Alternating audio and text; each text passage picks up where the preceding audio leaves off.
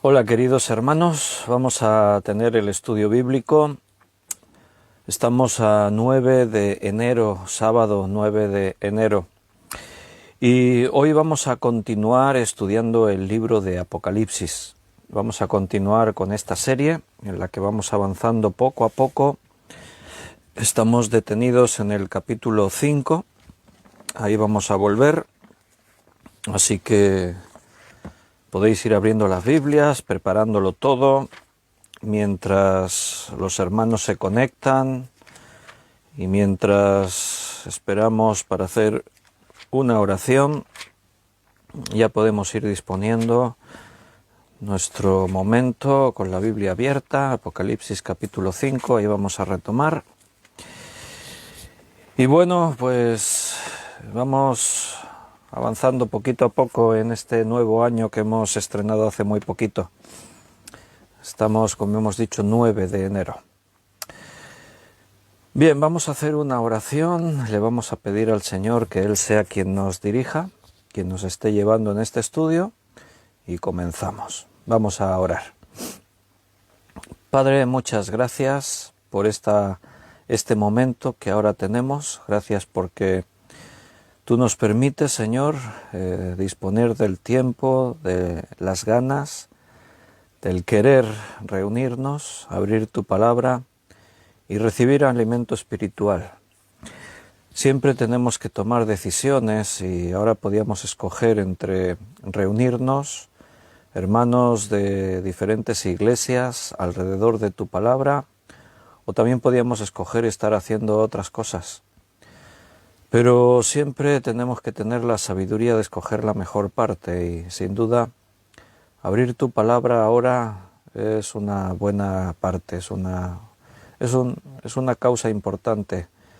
Estamos juntos como iglesia, así que pedimos Tu dirección, que Tú nos hables a cada uno conforme a las necesidades personales, pero también las necesidades de Tu iglesia, y que Tú sigas obrando en nuestras vidas. Necesitamos, Señor, seguir alimentándonos, escuchar Tu voz y poder tener este tiempo. Te agradezco mucho por cada uno de mis hermanos que se reúnen con esta intención y te pedimos sabiduría para hablar de Tu palabra, para enseñarla y para entenderla. Y lo hacemos todo en el nombre de nuestro Señor Jesucristo. Amén. Amén, hermanos. Bienvenidos a todos. Teníamos ya ahí a la gente impaciente. Estaban en el WhatsApp que tenemos con la iglesia. Estaban ya hace un rato contando los minutos. Hace media hora ya Benito decía, ya solo queda media hora. Y después otros hermanos se animaron ahí, José Luis.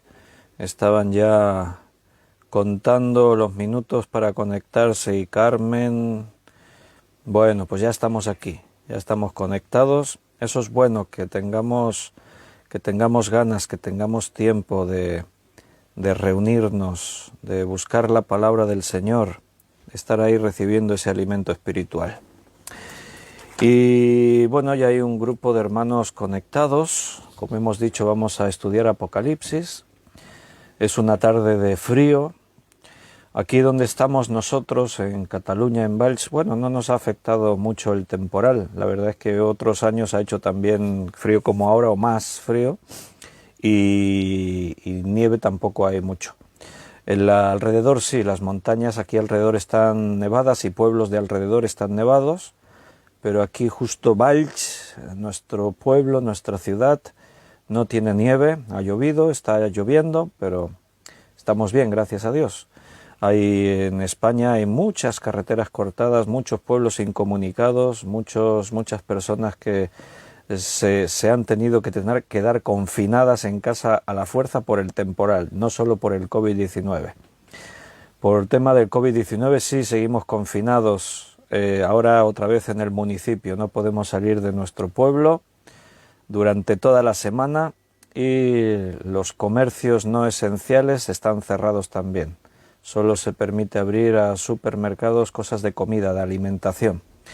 Bueno, no sabemos cómo seguirá todo esto. La verdad han dicho de momento 10 días, creo, porque al final ya perdemos un poco la cuenta de todas las normas, van cambiando cada día, pero ahí estamos y vamos arreglándonos como podemos.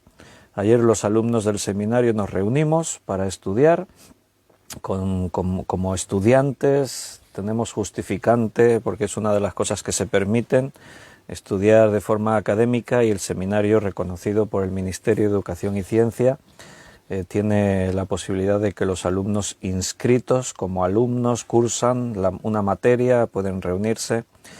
Pero bueno, son tiempos confusos. Mañana domingo pues esperamos reunirnos en el culto con restricciones y todo lo demás, pero ahí estaremos y lo retransmitiremos como siempre por este medio. Así que me imagino que con el frío y con las restricciones de estar en casa y todo, pues tenemos tiempo, ¿no?, para reunirnos y estudiar su palabra, por lo menos eso espero. Como decía antes en la oración, al final siempre se trata de escoger la mejor parte.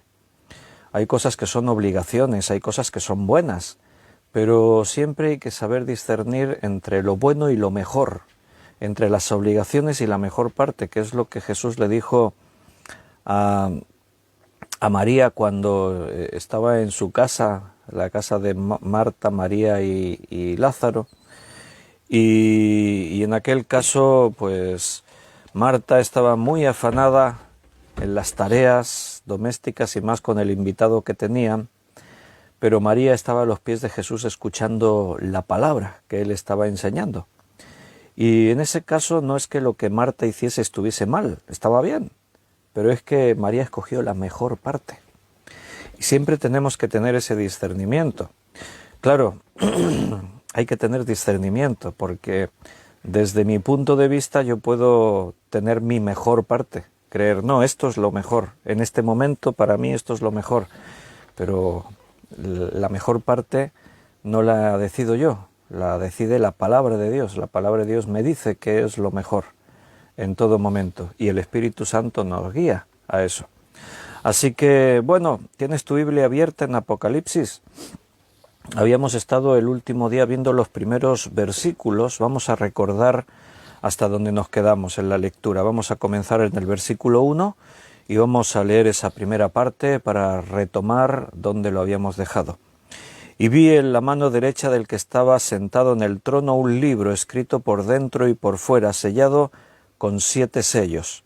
Y vi a un ángel fuerte que pregonaba a gran voz: ¿quién es digno de abrir el libro y desatar sus sellos?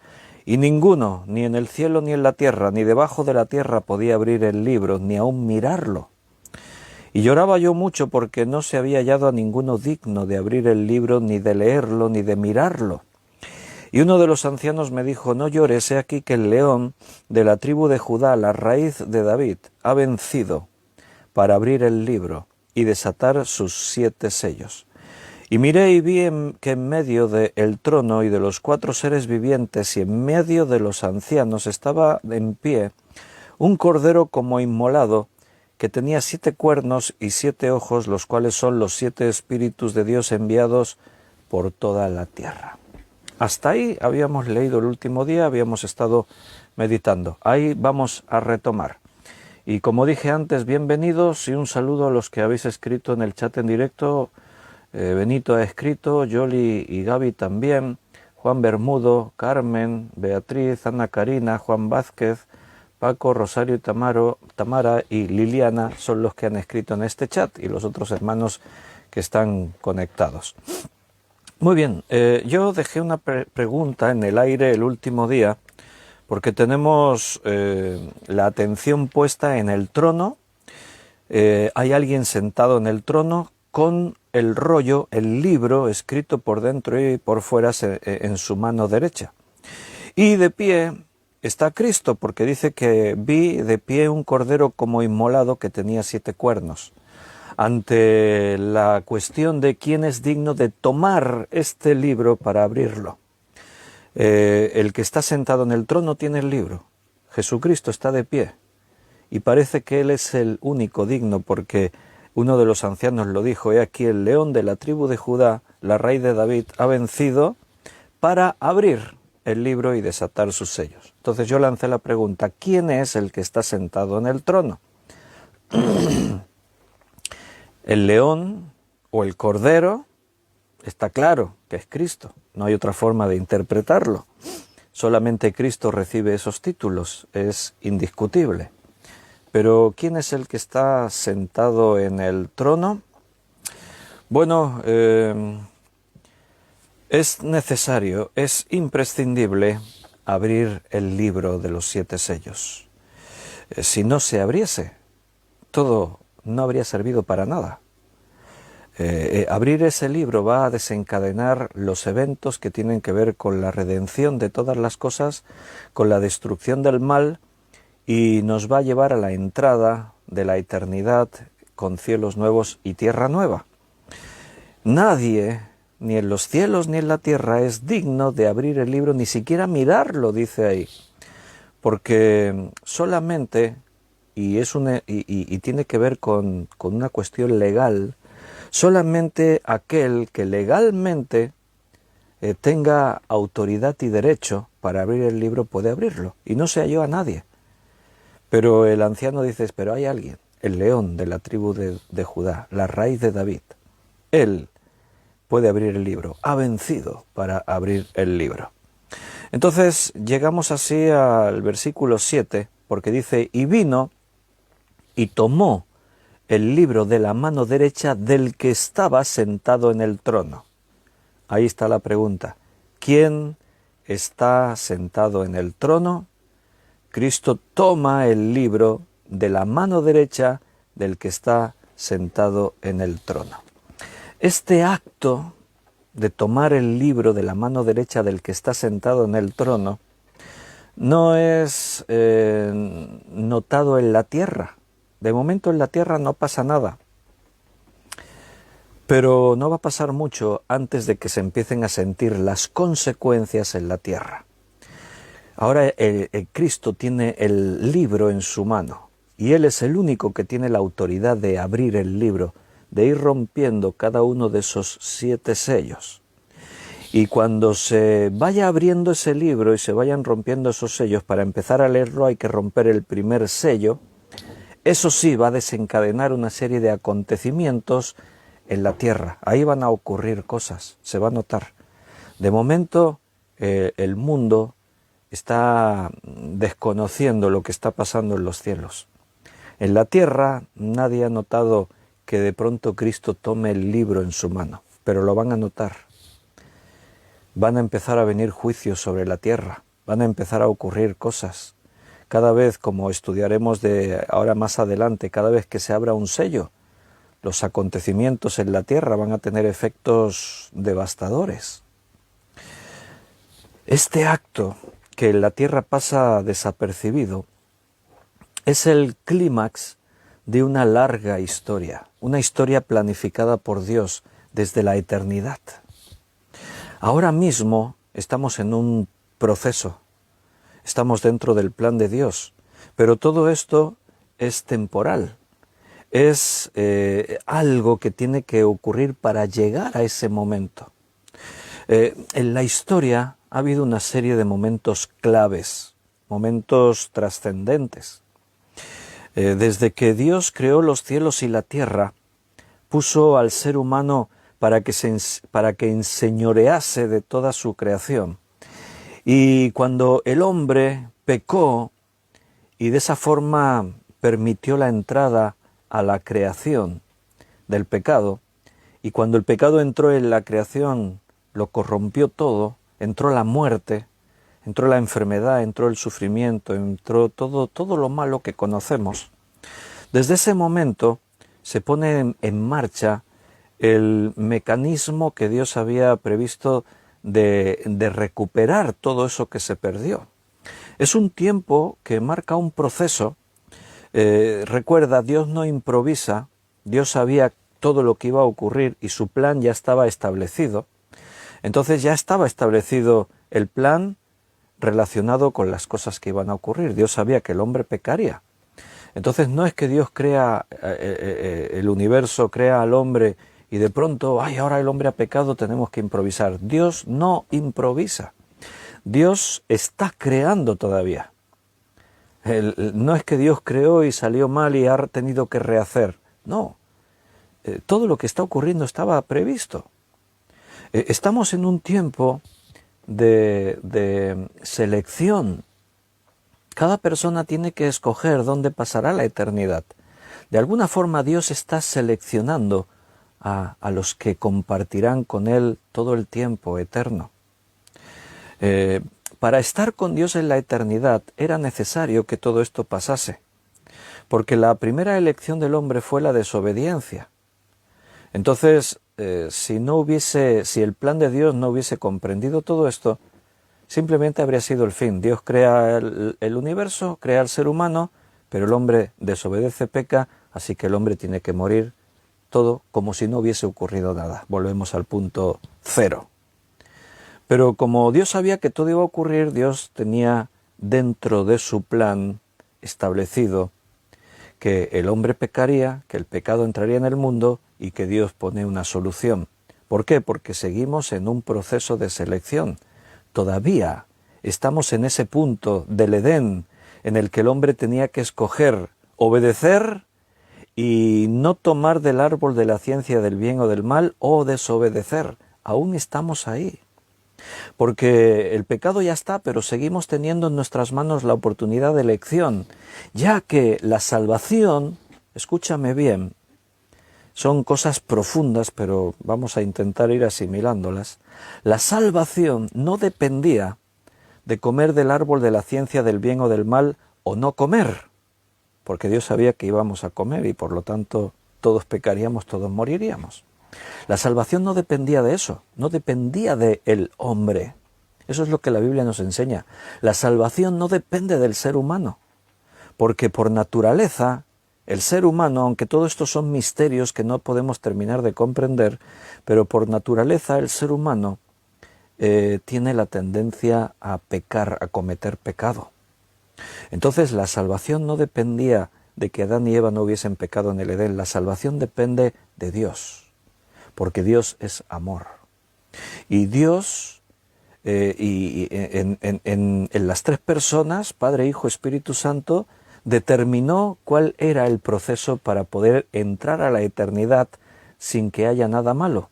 Y ese proceso pasaba por la persona de Jesucristo, el Hijo de Dios. Dios hecho hombre, que vendría a este mundo para morir en una cruz y de esa forma saldar la deuda pendiente con la ley. Si todos hemos pecado, todos tenemos que morir. Pero si Cristo muere, no muere por sus pecados, porque Él no cometió pecado. Él muere para pagar el precio de nuestros pecados. Y entonces cuando Cristo muere en la cruz, ahora nosotros tenemos la oportunidad de agarrarnos a ese derecho legal y decir, yo estoy de acuerdo que Cristo muriese por mis pecados. Así que mis pecados quedan invalidados delante de la ley para condenarme. Ahora ya no hay condenación para los que han creído. Ahora no hay ninguna condenación, dice la palabra de Dios, para aquellos que por la fe deciden identificarse con ese sacrificio. Y legalmente lo que Cristo hizo es suficiente para que ni tú ni yo tengamos que morir. Pero eso es un proceso que todavía estamos ahí en marcha. La humanidad todavía está decidiendo. Algunos dijimos, sí, yo quiero la salvación para mi vida, acepto el regalo de Dios para mí, su misericordia, su perdón, lo recibo. Pero todavía hay otros que no. Y los que ya escogimos, entramos a formar parte de ese proceso de la redención, en tanto que Dios nos ha encomendado que prediquemos el Evangelio para que otros puedan creer y ser salvos. Ahí estamos, la Iglesia, estamos en el tiempo de la Iglesia, y la Iglesia predicando el Evangelio, porque aún no es el fin, aún hay tiempo de salvación. Aún la Iglesia está en este mundo, no fue arrebatada todavía. Aún tenemos la misión de seguir predicando para que muchos crean y sean salvos. Pero todo tiene un tiempo y llegará un momento en el que la Iglesia saldrá de este mundo, el Señor se la llevará y entonces el mundo entrará en otro momento histórico. Ha habido esos momentos claves en la historia. El mundo antiguo, antes de Abraham, desde Adán hasta Abraham, desde Abraham hasta Jesucristo, el pueblo de Dios, desde Jesucristo a este instante en el que nos encontramos nosotros, la Iglesia, pero cuando la Iglesia sea arrebatada, entraremos en otro tiempo distinto, como no hubo nunca antes. Estaremos en el tiempo del fin. El tiempo en el que la Iglesia no estará en la tierra, estará ya con Cristo en los cielos, participando en estos últimos eventos que tienen que ver con la redención. En ese tiempo todavía habrá salvación en la tierra, aún habrá oportunidad de que muchos crean y sean salvos, pero el tiempo será corto, porque nos estaremos moviendo hacia el fin de todas las cosas tal como las conocemos. Entonces, cuando Cristo toma el libro en su mano, ese es un momento planificado por Dios. Es uno de esos momentos cumbres, el clímax de una larga historia. Para eso Cristo vino y murió en una cruz, para un día tener el derecho de poder abrir ese libro sellado con 7 sellos.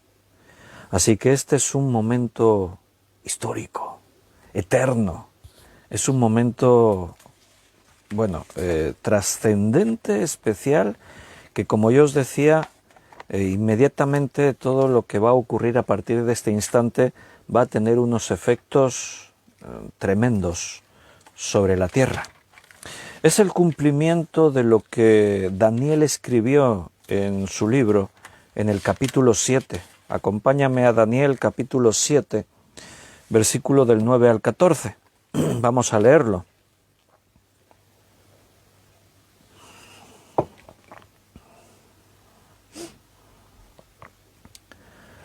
Daniel 7, del 9 al 14. El otro día hubo 2 o 3 que respondieron: ¿quién es el que está sentado en el trono? Hoy nadie ha dicho nada, estáis todos ahí muy callados. Me imagino que muy atentos. Vamos a leer Daniel 7, del 9 al 14.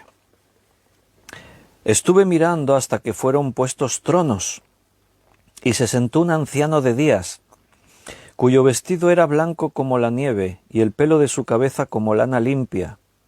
Su trono llama de fuego, y las ruedas del mismo fuego ardiente. Y un río de fuego procedía y salía de delante de él. Millares de millares le servían, y millones de millones asistían delante de él.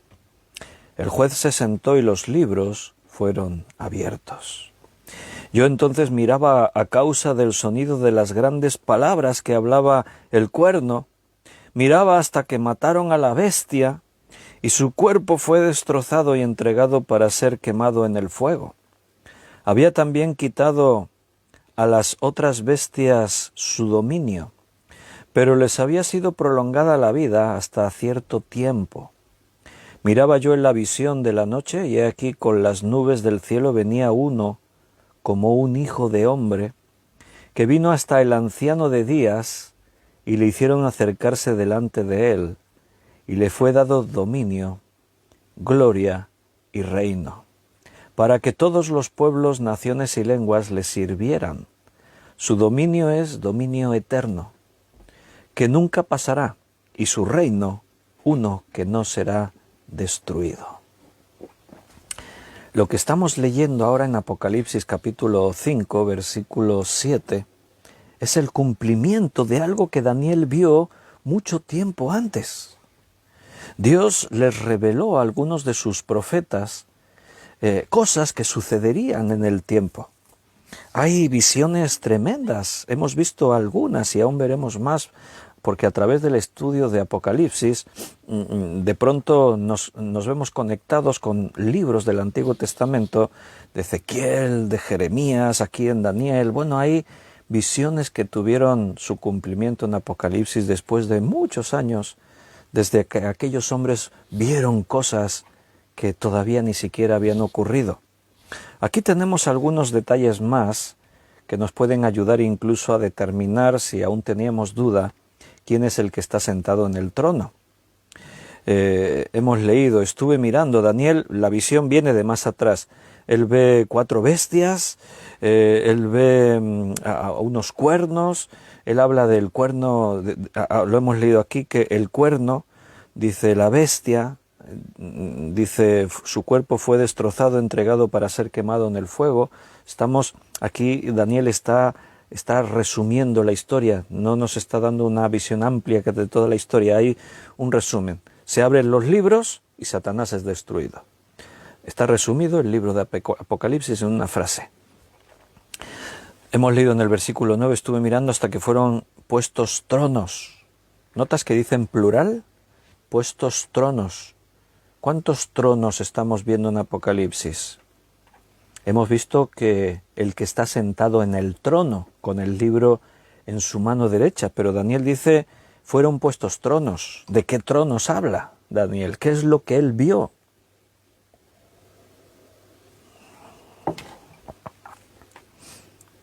Ahí están los ancianos sentados en los tronos, la iglesia de Jesucristo, los creyentes en Cristo de todos los tiempos, como reyes y sacerdotes entrados en tronos. Cristo dijo, yo os daré que os sentéis conmigo en mi trono. Esto es lo que Daniel ve. Vi que fueron puestos tronos, y se sentó un anciano de días en su trono, cuyo vestido era blanco como la nieve, y el pelo de su cabeza como lana limpia. Su trono llama de fuego. Nota que es curioso que habla de las ruedas, y las ruedas del mismo fuego ardiente. Es muy interesante que las ruedas salen por ahí por Apocalipsis, por Ezequiel, hasta Daniel habla de ruedas. Ruedas. Los creyentes organizados. Vimos 24 tronos alrededor del trono principal, eso es como una rueda. Vimos el arco iris en círculo alrededor del trono, eso también parece como una rueda. Vimos los seres vivientes que tienen ruedas dentro de ruedas llenas de ojos por dentro y por fuera, y cuando las ruedas dicen rueda, andaban hacia adelante, pero no se volvían y dirigían sus pasos y ¡wow! Cuántos misterios, ¿no? Cosas que nos son difíciles de imaginar, porque son cosas celestiales, cosas eternas, cosas del reino de Dios. No hay nada parecido en este mundo. Solamente podemos utilizar símiles para intentar hacernos una idea, que es lo que hicieron los escritores bíblicos. Pero con todo y con eso, ¿cómo podemos imaginarlo, no? Difícil. Pero un día nos llevaremos la sorpresa de verlo en vivo y decir, wow, mira, ahí estamos. Ahí, esto es lo que decía Ezequiel, lo que dijo Juan en Apocalipsis, lo que habló aún Daniel. Bueno, ¿quién es el anciano de días, cuyo vestido era blanco como la nieve y el pelo de su cabeza como lana limpia? Su trono llama de fuego y las ruedas del mismo fuego ardiente, y un río de fuego procedía y salía de delante de él. Millares de millares le servían y millones de millones asistían delante de él. ¿Quién es el juez que se sentó y los libros fueron abiertos? Bueno, Juan Bermudo ha dicho, es el Padre. Y tiene toda la razón. Dios, el Padre, es el que está sentado en el trono, el anciano de días. Hablamos de esto hace tiempo, hace no sé cuánto, cuando empezamos a estudiar Apocalipsis, llevamos ya unos meses. Porque en la descripción que se hace de Jesucristo en el capítulo 1 también se menciona esta característica, su pelo blanco, como blanca lana, como la nieve, y aquí vuelve a hacer la misma referencia, pero refiriéndose a Dios el Padre, porque es evidente que no es Cristo, ya que Cristo está de pie, preparado para tomar el libro de la mano del que está sentado en el trono, y Daniel lo vio así también. Porque Daniel dice que estaba mirando en la visión y entonces vio cómo, he aquí, con las nubes del cielo venía uno como hijo de hombre que vino hasta el anciano de días. Y este que vino, dice, se le fue dado dominio, gloria y reino para que todos los pueblos y naciones lenguas le sirvieran. Su dominio es dominio eterno, que nunca pasará, y su reino no que será destruido. Entonces, notas, tenemos dos personajes, dos personas. Una está sentada en el trono, tiene todas las características de Dios, porque se habla del anciano de días. Aquí en Daniel lo pusieron con mayúscula, anciano, anciano de días.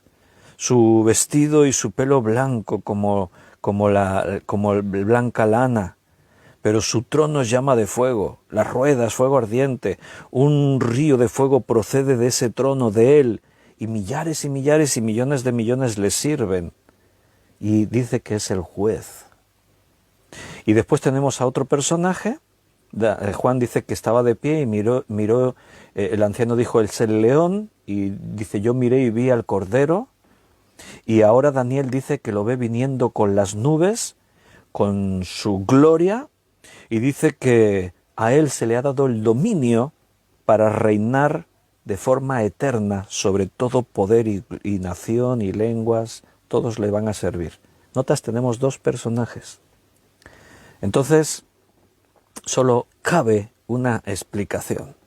El que está sentado en el trono es Dios el Padre, el que tiene el libro en su mano. Y el único que tiene derecho a tomar ese libro para abrirlo es aquel que tiene todo dominio y todo poder sobre todo pueblo, nación y lengua, y su dominio es dominio eterno que nunca pasará, porque su reino es uno que no será destruido. Este es Jesucristo. Qué interesante, ¿no? Que en la escena tenemos a Dios el Padre y a Jesucristo. Recuerda, a Dios nadie le vio jamás, pero cuando dice nadie le vio jamás, está hablando de los seres humanos. A través de los ojos del Espíritu se le puede ver a Dios. Los ángeles de Dios le han visto, le conocen, saben quién es. Juan está en el cielo, ha sido llevado a los cielos. O sea, se le ha dado la capacidad de ver cosas que en su cuerpo físico no habría podido ver. Y ni siquiera si Dios no le permite ver en el tiempo, porque lo que Juan está viendo aún no ha ocurrido. Es algo que ocurrirá en el futuro.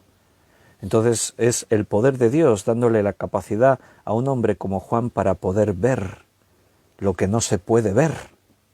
Es lo que ocurrió cuando al siervo de Eliseo, después de orar el profeta, le fueron abiertos los ojos y vio lo que no se podía ver. ¿Qué es lo que vio? Un ejército de ángeles que les rodeaban, ángeles de Dios, que les rodeaban y les defendían de sus enemigos. Dios nos puede abrir los ojos para que veamos lo que no se puede ver. Si no, de otra forma sería inevitable, sería imposible, no podríamos verlo. Entonces aquí tenemos a Dios en el trono y a Jesucristo. Es el único que tiene derecho de coger de la mano del anciano de días, del juez justo, de aquel que está sentado en el trono. Es el único que tiene el derecho, la autoridad de tomar ese libro. Y ese momento es histórico, es clave. A mí me sorprende, me bendice, me lleva a un momento de reflexión, de regocijo, ver cómo todo esto ya estaba escrito, cómo Daniel lo pudo ver mucho tiempo antes, siglos antes. Nosotros habíamos estudiado en el capítulo 1 de Apocalipsis, en el versículo 13 al 16, y en medio de los 7 candeleros a uno semejante al Hijo del Hombre. Notas que Daniel ha dicho, y vi a uno como hijo de hombre de que descendía de las nubes, vestido de una ropa que llegaba hasta los pies.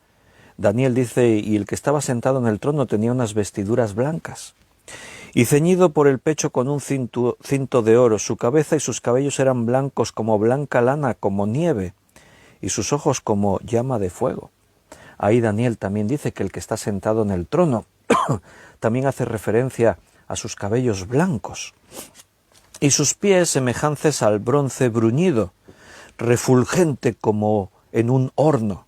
Daniel dice que era como trono de fuego y que delante de él había como un río de fuego también, ¿verdad? Y su voz como el estruendo de muchas aguas. Tenía en su diestra 7 estrellas, de su boca salía una espada aguda de 2 filos y su rostro era como el sol cuando resplandece en su fuerza. Esas son características de la gloria de Dios, del Dios que está sentado en el trono. Si notas, hay características que son iguales en el Padre y en el Hijo, y del Espíritu Santo aquí nos está hablando, pero es igual, el Espíritu Santo también es Dios. Y hay características que coinciden tanto en el Padre como en el Hijo como en el Espíritu Santo. Entonces, ¿quién está sentado en el trono? ¿Y quién viene a tomar el libro de la mano del que está sentado en el trono? La única respuesta posible, según lo que la Biblia nos muestra, es que el que está sentado en el trono es Dios el Padre, y el que viene ahí y toma el rollo de su mano es Cristo. ¿Recuerdas que la Escritura también dice que y Cristo fue llevado a los cielos y se sentó a la diestra del Padre? ¿De dónde toma Cristo el rollo? De la mano derecha del Padre.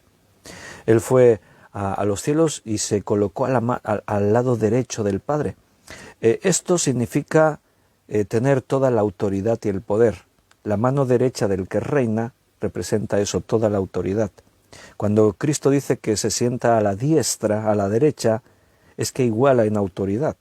También tiene todo el poder, toda la autoridad. Cristo es el Cordero y tiene el derecho de tomar el rollo de la mano del Padre. Por eso Juan ve el Cordero, porque fue el Cordero el que venció a Satanás en la cruz. Ahora el león es el que reina. Todo esto son metáforas, ¿eh? Tenemos que entender lo que significa, lo que representa. Ahora reina el león de la tribu de Judá. Pero el que está tomando el rollo es el Cordero. ¿Por qué? Porque ahí está la figura, la enseñanza de que quien venció a Satanás y su reino fue el Cordero. El Cordero venció al dragón. ¿Te imaginas? ¿Un cordero venciendo a un dragón? ¿A una serpiente antigua? Bueno, pues eso es lo que ocurrió. Y bueno, esto es como la señal formal de su investidura. Es como el acto en el que Cristo toma el dominio universal de todas las cosas. El hecho de agarrar el rollo y tomarlo es como tomar la escritura de todo el universo, de toda la creación. Algo que se había perdido por culpa del hombre y del pecado del hombre. Cristo muere en la cruz y legalmente ahora Él es el que tiene el derecho, es el Redentor, es el que ahora puede comprar por precio aquello que estaba perdido, y Él lo compró y pagó el precio, su sangre preciosa, su vida. Y ahora Él, en este acto, está tomando posesión de su derecho. Es el acto de investidura, por ejemplo, esto del acto de investidura. Ahora que en Estados Unidos, los hermanos que nos escucháis desde allí, bueno, no sé cómo estáis viviendo todo este proceso, la transición del antiguo gobierno de Donald Trump y al nuevo gobierno de Biden, es complejo, ¿no? Complicado. Son cosas que no tienen mucha explicación. Un país como Estados Unidos, con la historia que tiene, con el poder que tiene, que sus mandatarios estén así como, parece como un juego de niños ahí peleándose, no sé. Desde fuera se ve todo como muy raro. La toma del Capitolio, eso no había ocurrido nunca. O sea, son cosas que dejan muchos interrogantes, pero bueno, no vamos a hablar de política, ¿no? Pero a lo que iba es a esa imagen que para nosotros está muy clara. Hay unas elecciones, se vota para elegir quién va a ser el presidente en los próximos 4 años. En España eso es igual. La gente va a las urnas, pone su voto, se cuentan los votos y el que saca mayoría tiene el derecho de formar gobierno y gobernar durante los 4 siguientes años. Entonces, cuando se cuentan los votos y sale mayoría para uno de los candidatos, en ese instante ya esa persona es reconocida como el próximo presidente para esos 4 años, pero aún no ha tomado posesión del cargo. Ya tiene el derecho, porque hay un sistema democrático que dice que el que saca el mayor número de votos tiene que gobernar. formará gobierno. Entonces, cuando ya se contaron los votos y se ha aceptado que este ganó, él ya, en teoría, ya es el presidente, pero todavía no lo es a efectos legales. Tiene que producirse lo que se llama la investidura. Tiene que haber un momento en el que hay un acto legal, un acto oficial, en el que esta persona hace un juramento, hay, en fin, una serie de elementos que lo ratifican como presidente del gobierno de ese país. Esto es lo que está pasando aquí en los cielos. Cristo ya venció. En el momento en el que Él muere en la cruz y en el momento en el que Él resucita, ha triunfado sobre el reino de Satanás y sobre el pecado.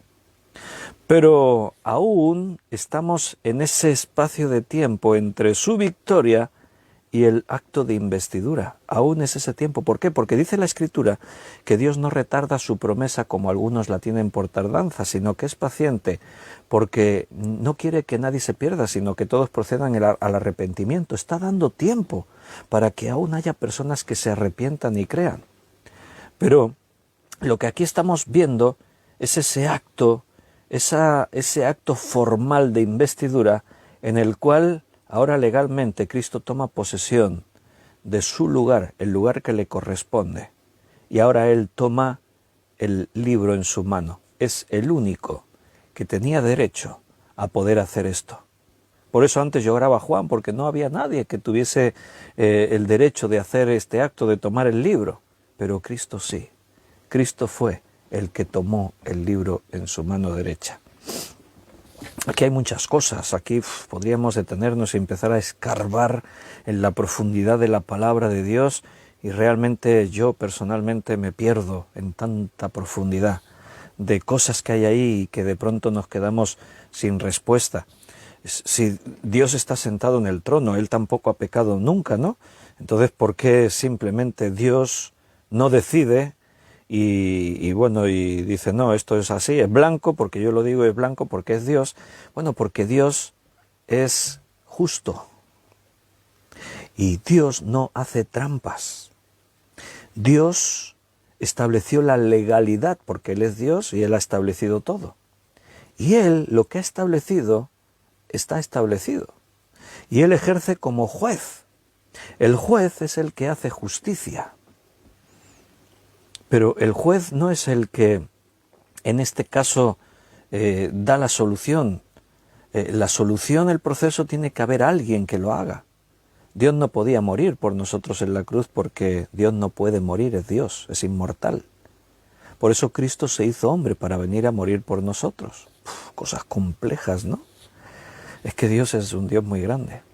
Pero toda esa parte que podemos comprender, la comprendemos y la recibimos, porque ahí estamos siendo salvos como hijos y entendiendo que este proceso y este momento tiene que llegar un día. Aquí convergen todos los eventos. Todo lo que Apocalipsis cuenta tiene que ver con ese instante. La apertura de los sellos, el toque de las trompetas, el derramamiento de las copas, establecimiento formal del reino de Cristo. Lo que Daniel vio, y se le fue dado todo dominio, poder y autoridad, y su reino es eterno. Este es el acto formal en el que el reino de Cristo queda establecido para toda la eternidad, del cual tú y yo somos parte. Entonces las consecuencias van a ser tremendas, consecuencias muy profundas, dichas con palabras sencillas. Y vino, versículo 7, y tomó el libro de la mano derecha del que está sentado en el trono. Parece que no está ocurriendo nada, pero esto tiene una trascendencia eterna. Lo que va a ocurrir a partir de ahí, no hay vuelta atrás. Es lo que tiene que ocurrir para que podamos llegar a ese momento eterno donde ya no tengamos que derramar más lágrimas. Y piensa una cosa, Jesús, para poder llegar a ese momento de hacer así, tomar con su mano el libro, para poder llegar a ese acto, para poder llegar a tener este honor, tuvo que enfrentar las agonías del Calvario. tuvo que atravesar ese sufrimiento desconocido para nosotros, porque no podemos imaginar lo que representó llevar los pecados de toda una humanidad, de millones de personas. No podemos comprender el precio que Cristo pagó. Es incomprensible para nuestra mente, pero Él lo pagó. Y todo fue para poder llegar a este momento y tomar el libro en su mano para poder abrir ese libro. Además, recuerda, Él tiene todo el poder juntamente con Dios. Es león y es cordero. Todo está en su mano. Todo dominio, toda autoridad le pertenecen a Él. Y dice en el versículo 8, y cuando hubo tomado el libro, y los 4 seres vivientes y los 24 ancianos se postraron delante del Cordero, todos tenían arpas y copas de oro llenas de incienso, que son las oraciones de los santos. Ahora viene un servicio de adoración especial, único, porque este evento, este acontecimiento, no ha habido otro momento igual como este. A lo largo de la historia ha habido momentos importantísimos para la humanidad. Ha habido momentos memorables. Desde eso, tomas de posesiones de presidentes que marcaron un cambio histórico, a instantes como cuando en la Segunda Guerra Mundial, a bordo de un acorazado estadounidense, Japón y Estados Unidos están tratando el fin de la guerra. Japón está firmando la rendición. Y esos momentos, para las personas que viven en todo ese momento histórico, es tremendo. ¿Te imaginas? Para los soldados que estaban ahí viendo morir a compañeros suyos. ¿Te imaginas para los padres que perdieron hijos en esos conflictos armados, en esas batallas de la Segunda Guerra Mundial? ¿Te imaginas todo ese dolor desencadenado y esa incertidumbre de hasta dónde va a llegar todo esto? ¿Te imaginas en ese instante cuando una nación firma un documento aceptando la rendición, el fin de la guerra? Un momento histórico. En la historia de la humanidad ha habido así momentos clave históricos, pero nada de eso se puede comparar a este instante. Es un instante único, eterno, y ahí estaremos nosotros. Imagínate, ¿te lo puedes imaginar? Yo no, por mucho que intento imaginármelo, es algo que desborda nuestra capacidad de poder comprender cómo va a ser eso, cómo estaremos ahí, qué sentiremos. Va a ser tremendo. Pero de alguna forma percibes que en la distancia, no sabemos cuánto falta para que esto ocurra, pero sabemos que ocurrirá y que estaremos ahí en primera fila participando de estos eventos. Cuando Cristo tomó el libro, ahí están los creyentes, los 4 seres vivientes, los 24 ancianos, todos los creyentes de cualquier época, todos se postraron delante del Cordero. No se puede hacer otra cosa. Lo único que se puede hacer en un momento como ese es humillarte delante de Dios, postrarte delante del Cordero. Todos, dice, todos los creyentes que estaremos ahí delante de Dios en su presencia durante toda la eternidad, todos tenían arpas y copas de oro. Las arpas, ahí en el original, arpa, la palabra griega que se traduce por arpa es la palabra griega kitsara. Se escribe así, K de kilo, I, D, S, A, R, A, kitsara. Que de ahí viene la palabra guitarra. De la palabra griega kitsara deriva la palabra castellana que ahora utilizamos nosotros para decir guitarra. Josefo, uno de los más conocidos historiadores judíos, conocedor de la lengua griega, porque él está ahí en su momento histórico, él se mete en las escrituras, él domina el idioma griego, etc. Él describe esta palabra, kitsara, la describe como instrumento de 10 cuerdas tocada con uña Una uña es una especie de púa, uña o plectro, una púa, una plumilla. Eso es lo que él describe aquí con esta palabra arpa, kitsara. Pero así como más ampliamente la idea, esa palabra kitsara significaría más que arpa, porque un arpa hoy en día nosotros tenemos una imagen, ¿no? Y diferenciamos, una cosa es una guitarra y otra cosa es un arpa, son dos cosas totalmente distintas. Entonces, un arpa para nosotros puede tener diferentes formas. Si está familiarizado con el mundo de la música en cuanto a orquesta, pues un arpa es un instrumento considerable, grande, tiene una forma determinada. En cambio, si yo qué sé, si tú estás más familiarizado con películas antiguas y eso, pues vas a ver un arpa de aquellas más con una forma, sería más como el arpa Kinnor, que sería el tipo de arpa que seguramente David utilizaba, el rey David, cuando la Biblia dice que él tocaba y cantaba el arpa. Con esa compuso muchos salmos. Pero aquí la palabra kitsara tiene que ver más, la traducción sería instrumentos de cuerda. Esa sería más o menos la idea. No sabemos cómo será ni será el problema, porque tocar instrumentos en los cielos tiene que ser espectacular. Ahora tenemos una idea. Dicho de otra forma, los instrumentos que usamos en la tierra, de alguna forma son una imagen desnaturalizada, limitada, de lo que son los instrumentos que tendremos allí en los cielos.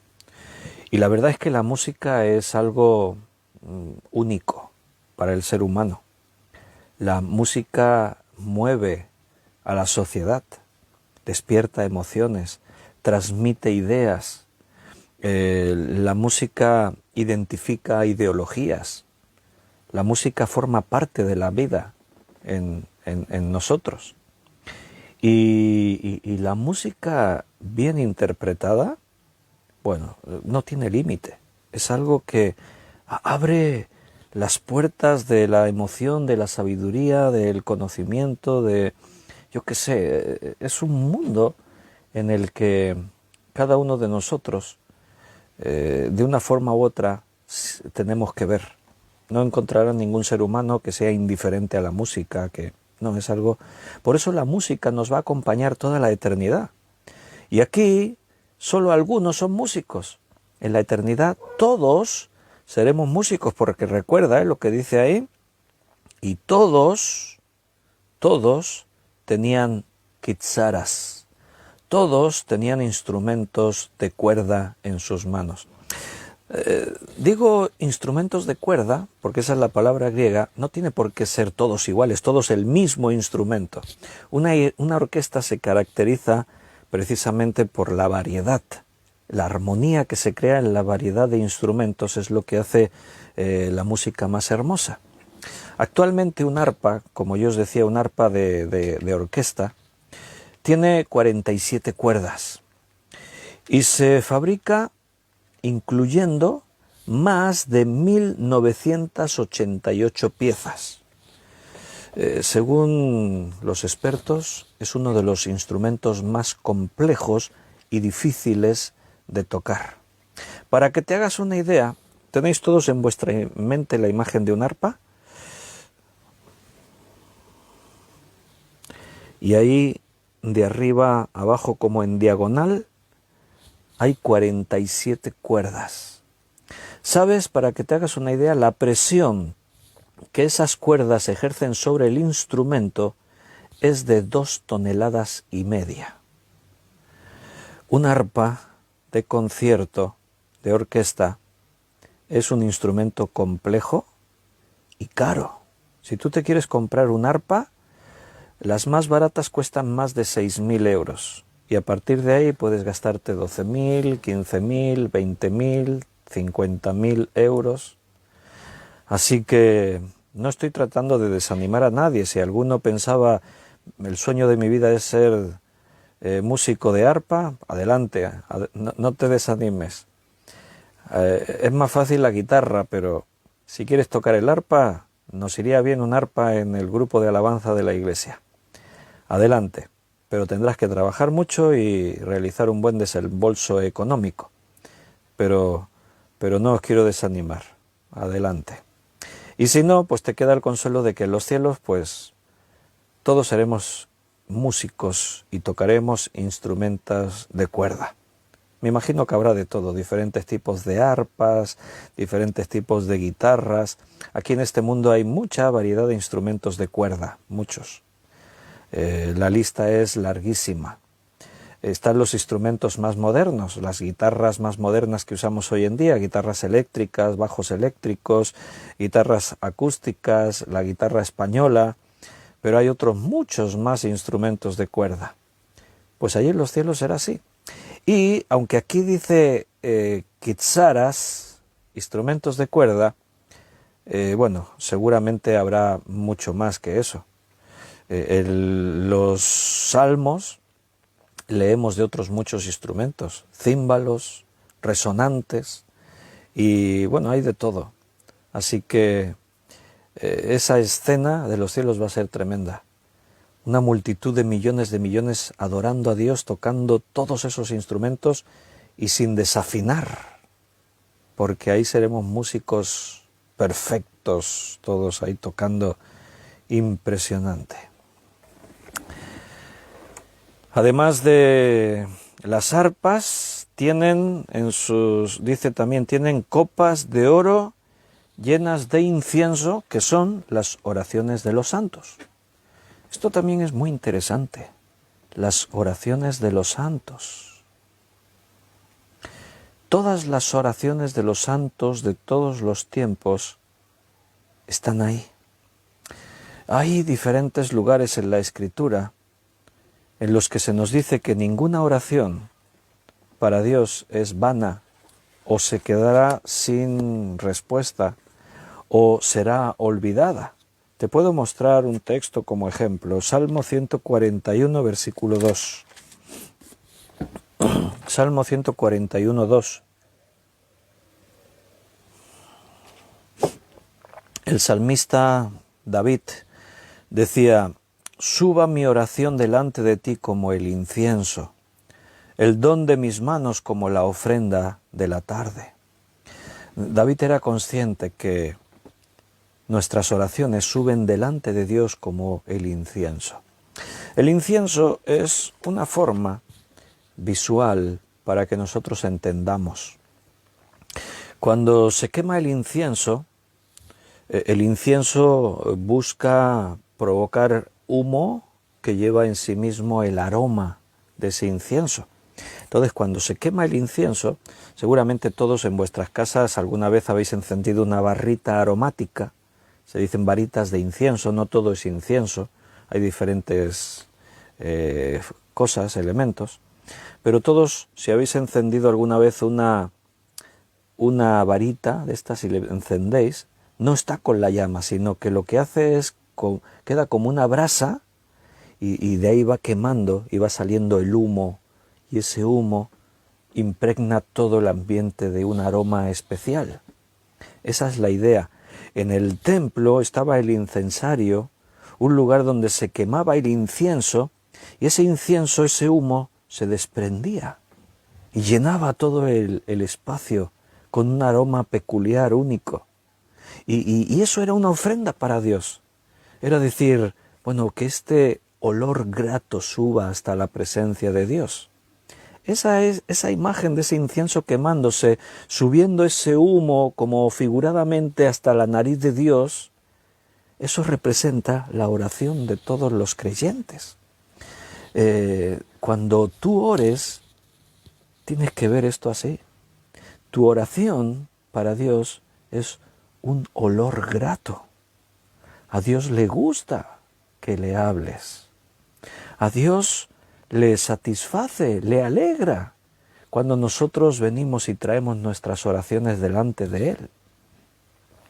Cuando el creyente entiende esto, seguramente su vida de oración cambiará, será mejor, se intensificará y mejorará también en calidad.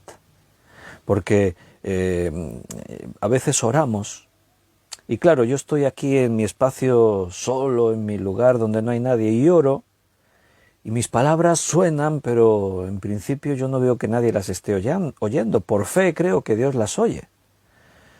Pero es un acto espiritual. Si yo estoy en la carne y todo para mí es lo que puedo ver y tocar, pierdo la esencia de lo que está pasando realmente. Pero de ahí, por eso la palabra nos enseña, nos dice qué es la oración para nosotros y para Dios. Y para Dios dice que nuestras oraciones son como ese humo que asciende, que asciende, que asciende y llega a su presencia y Él huele el aroma y es algo grato, gratificante, es algo hermoso para Dios. Todas las oraciones de los santos llegan a la presencia de Dios y permanecen ahí. Mira, todas esas oraciones de los santos de todos los tiempos se podrían resumir en esta expresión: venga tu reino, hágase tu voluntad, como en el cielo, así también en la tierra. Cuando nosotros oramos a Dios, esa oración modelo que Jesús nos dejó, conocida como el Padre Nuestro, cuando tú oras, tu oración tiene que tener los elementos de lo que Jesús ahí dijo. La actitud sumisa, de fe, de reconocerle a Él como quien tiene el control, pero además reconocerle a Él como lo que es nuestro Padre, un Dios de amor que solo nos da amor, no hace nada indebido contra nosotros. Bueno, el reconocimiento de lo que Él es un olor grato. Los que somos padres podemos encontrar algo que, aunque en escala mucho más pequeño, pero nos ayuda a entender lo que debe representar para Dios en nuestras palabras, como en esta primera adoración que hemos visto aquí en el capítulo 4, ¿no? Y tú, Señor, tú creaste los cielos y la tierra, eres el único digno, y reconocerle lo que Él es para un padre es algo que te llena de satisfacción. Los que somos padres, cuando tu hijo, tu hija, cuando se acercan a ti y te dan un abrazo, te dan un beso, te dicen, papá, eres el mejor padre del mundo, te dicen, no, y presumen de ti, dicen, no, es que mi padre, y el padre, falta espacio, te pones más ancho, falta espacio. Cuando tu hijo te hace un trabajo manual, es un papel, con un dibujo, con cualquier cosa, materialmente no tiene ningún valor, pero para ti es el mayor tesoro que hay en el mundo. Todos los padres, yo creo que a vosotros pasa igual, los que sois padres, por ahí tenemos, yo aquí en mis cajones tengo esos tesoros guardados, cosas que mis hijos hicieron para mí, queda ahí para siempre. Es como mi oración delante de Dios, está en su presencia, son copas de oro llenas de oraciones. Así como yo tengo aquí mis tesoros, un dibujo, algo que hicieron para mí mis hijos. Mira, podía haberlo buscado y os lo hubiese enseñado. Tengo ahí guardado en el cajón un trozo de palo de rama de árbol así. Es un trozo de palo. ¿Por qué lo tengo guardado? Ahora que Raquel, mi hija, no me está escuchando. Creo que está ahí con estudios de la universidad.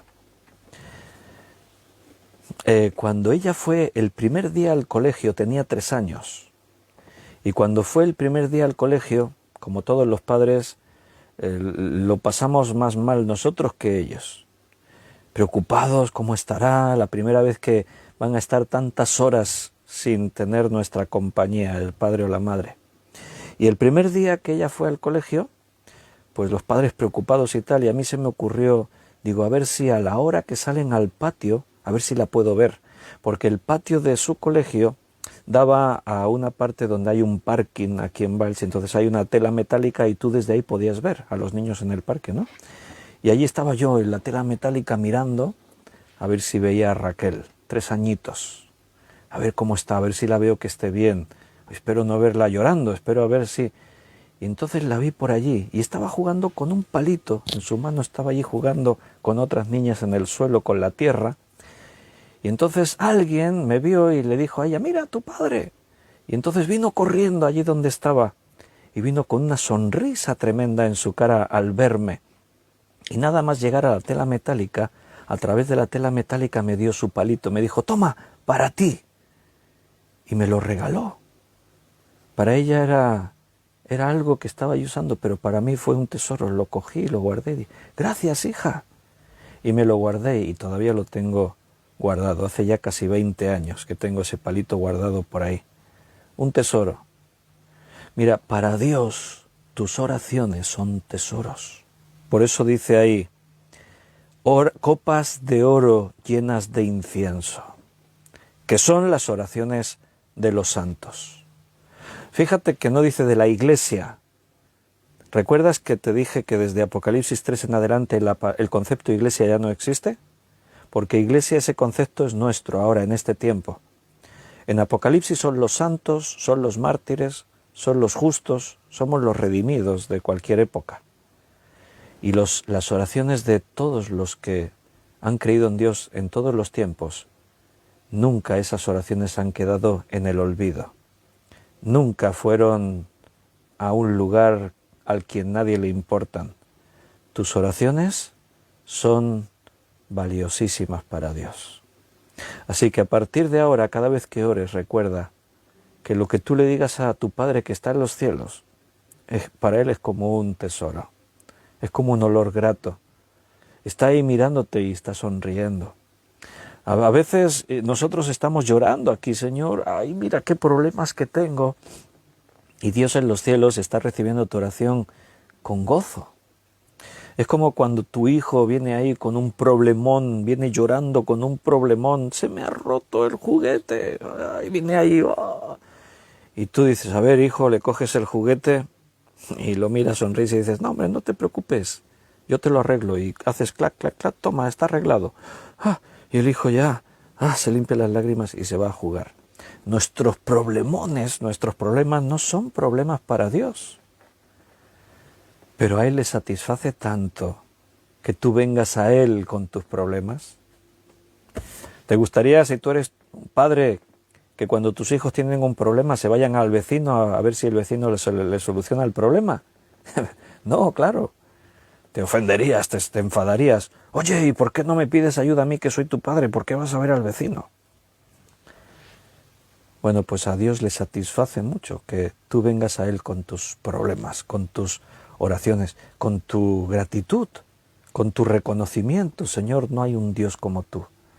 Solo tú eres santo y no hay nadie más grande que tú. Y tú eres creador, tú creaste todas las cosas y por ti se aguantan todas las cosas. Y bueno, disfruta de ese regalo que Dios nos ha dado, de poder hablarle en cualquier momento del asunto que querramos. Ahí están los 4 seres vivientes y los 24 ancianos postrados delante del Cordero. Todos tenían arpas, copas llenas de incienso, que son las oraciones de los santos, y cantaban un nuevo cántico diciendo. ¿Te acuerdas quiénes dijimos que eran los 4 seres vivientes y los 24 ancianos? ¿Quiénes dijimos que eran? Correcto.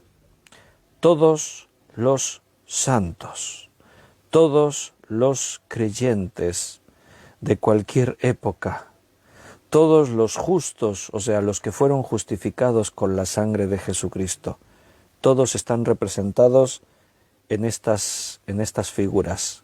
4 seres vivientes, 24 ancianos, y todos postrados delante del Señor, cantando un nuevo cántico.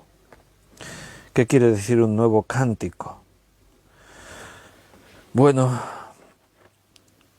es nuevo porque en el cielo nunca se cantó algo así. En los cielos es la primera vez que se levanta este canto, esta canción.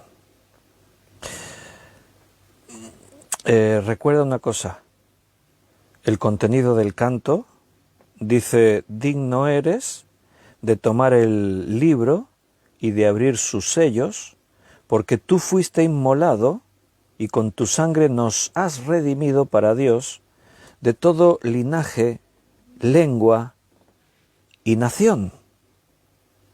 Lengua, pueblo y nación. Y nos has hecho para nuestro Dios reyes y sacerdotes, y reinaremos sobre la tierra. Ese es el contenido de la alabanza.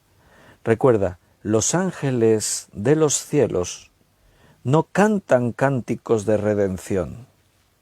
¿Por qué? Porque Cristo no murió por ellos. La sangre de Cristo no se derramó para que ellos sean redimidos. Los ángeles que pecaron no tienen redención. ¿Por qué? No lo sé. Por lo que sea, por la posición que ellos ocupaban, porque veían la gloria de Dios cara a cara, por lo que sea, su rebelión no tiene segunda oportunidad como tenemos nosotros. Ellos ya decidieron. Nosotros estamos decidiendo todavía. Pero cuando llegue el clímax, el momento en el que se terminó la redención, los que decidieron rechazar entrarán en un tiempo en el que ya no habrá oportunidad de decir, ay, me arrepiento, ahora sí que quiero recibir. No, ya no se podrá. Los ángeles de los cielos ya están en esa posición. Cristo no murió por ellos. Por eso, los seres vivientes y los 24 ancianos y esa multitud de millones que dice después en el versículo 11, y miré, ¿quiénes están ahí alabando, adorando? La voz de muchos mensajeros alrededor del trono y de los seres vivientes y de los ancianos. Su número era de millones, y decían, el cordero que fue inmolado es digno de tomar. Ahí está una multitud que casi que ni se puede contar. Ahí estamos nosotros. Los que están adorando y están diciendo estos seres vivientes, ancianos, ángeles, somos nosotros, los santos, los justos, los creyentes de Dios de todos los tiempos, participando en una nueva adoración única, porque está por empezar a ocurrir algo grande. Los acontecimientos que vienen ahora merecen que antes nos detengamos ante la presencia del que está sentado en el trono y del que está de pie tomando el libro y les adoremos. Es un momento único. Y ahí ese coro de millones, ¡wow!, adorando a Dios, reconociéndole, digno eres de tomar el libro, solo Él se halló digno de tomarlo, y de abrir sus sellos, nadie más podía hacerlo. ¿Por qué puede hacer eso? Porque con tu sangre, porque tú fuiste inmolado, y con tu sangre nos has redimido. Porque lo que hiciste cuando viniste al mundo y te hiciste hombre, lo que hiciste al entregarte en una cruz, lo que ocurrió cuando te mataron, te ha dado el derecho de tomar el libro y abrir sus sellos. Esto es un acto legal, solamente Él. Escúchame, si Cristo no hubiese muerto en la cruz, o si Cristo hubiese venido y hubiese pecado como hombre que era, ahora no podría ocurrir lo que está ocurriendo. El mundo estaría perdido, todos estaríamos perdidos para la eternidad. Nunca podremos agradecerle a Dios lo que ha hecho por nosotros, nunca. Toda la eternidad será un recordatorio constante de que tú eres digno de tomar el libro y de abrir sus sellos, porque tú fuiste inmolado y con tu sangre rescataste a cada uno de nosotros, pagaste el precio, la redención fue posible y nos escogiste de todo linaje, lengua, pueblo y nación. Tremendo. ¿Qué podemos decir ante un momento como este? Yo me quedo sin palabras. Realmente siento algo tan grande en mi interior y siento tanta gratitud. Dice, nos has hecho para nuestro Dios. Ahí está Dios, ahí está el Redentor, y ahí estamos nosotros, todos adorándole, postrados, arrojemos nuestras coronas delante de Él, solo tú eres digno. Ahí estamos cantando, tocando instrumentos de cuerda, todos adorando a Dios. El decir, y nos has hecho para nuestro Dios, nos has redimido para Dios, linaje, lengua, pueblo y nación, lo que está diciendo es que esto es una extensión mundial. Y quiero que notes que menciona 4 cosas. ¿Recuerdas que el número 4 tiene que ver con el mundo? con lo que pasa en el mundo, con las cosas del mundo, quiere decir que esta extensión es mundial. Todos los que estamos ahí hemos salido de cualquier rincón de este mundo y estamos en su presencia para siempre. Bueno, ahora ya puedo responder a la pregunta de Yoli y Gaby. ¿Cuándo has dicho que darás clases gratuitas de arpista en la iglesia? Gaby se apunta. Bueno, tengo una arpa. La podía haber bajado para enseñarosla, pero la tengo por ahí arriba. Me tendría que subir en la escalera. Allí al final. ¿Veis? Allí, encima de aquella estantería, hay 3 fundas. Una es una guitarra, otra es una dulci... Espérate que no me sale el nombre. Dulci... no sé, ahora no me sale. Belén se acordará, que está por ahí del nombre, me la regaló ella. Una dulzaina, algo así. Es un instrumento de cuerda medieval. Y el otro es una arpa Kinnor, que seguramente es el tipo de arpa que David utilizaba. Y bueno, ahí algún rato me he dedicado a rasparle al arpa, pero tanto como para dar clases no, de guitarra sí. Hemos dado clases muchas veces y bueno, Gaby va muy interesado, gratuitas dice. Bueno, lo dice porque cuando hemos dado clases de guitarra en la iglesia han sido gratuitas siempre, para que los que quieran aprendan y para gente que no conoce al Señor viniesen y con la excusa de aprender a tocar la guitarra conociesen el Evangelio. Pero esa es otra historia y hoy ya tenemos que terminar. Así que, queridos hermanos, como siempre ha sido un tremendo placer abrir la palabra y que juntos la podamos degustar, disfrutar como un banquete espiritual para nuestro espíritu. Y ya terminamos este sábado. Que todo lo que os quede de este día sea de bendición, ahora de reflexión, y mañana domingo que podamos continuar con más. Porque como todos los domingos, y si Dios nos lo permite, por la mañana a las 11 horas de España, estaremos transmitiendo la reunión desde nuestro local de cultos, de reuniones, con alabanzas y testimonios y predicación. Ahí estaremos, como siempre, a ver qué es lo que el Señor tendrá para nosotros. Pero también, como cada tarde, mañana domingo a las 9, volveremos a estar así sentados como ahora, estudiando un poquito más de su palabra, de la palabra de Dios. Que descanséis.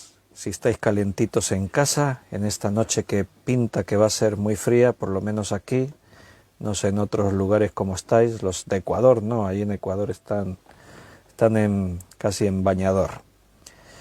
Bueno, queridos, un abrazo muy fuerte. Va a ser realmente un placer pasar la eternidad con vosotros cantando, ahí con los instrumentos de cuerda. Pero mientras tenemos misión aquí en la tierra y seguimos adelante.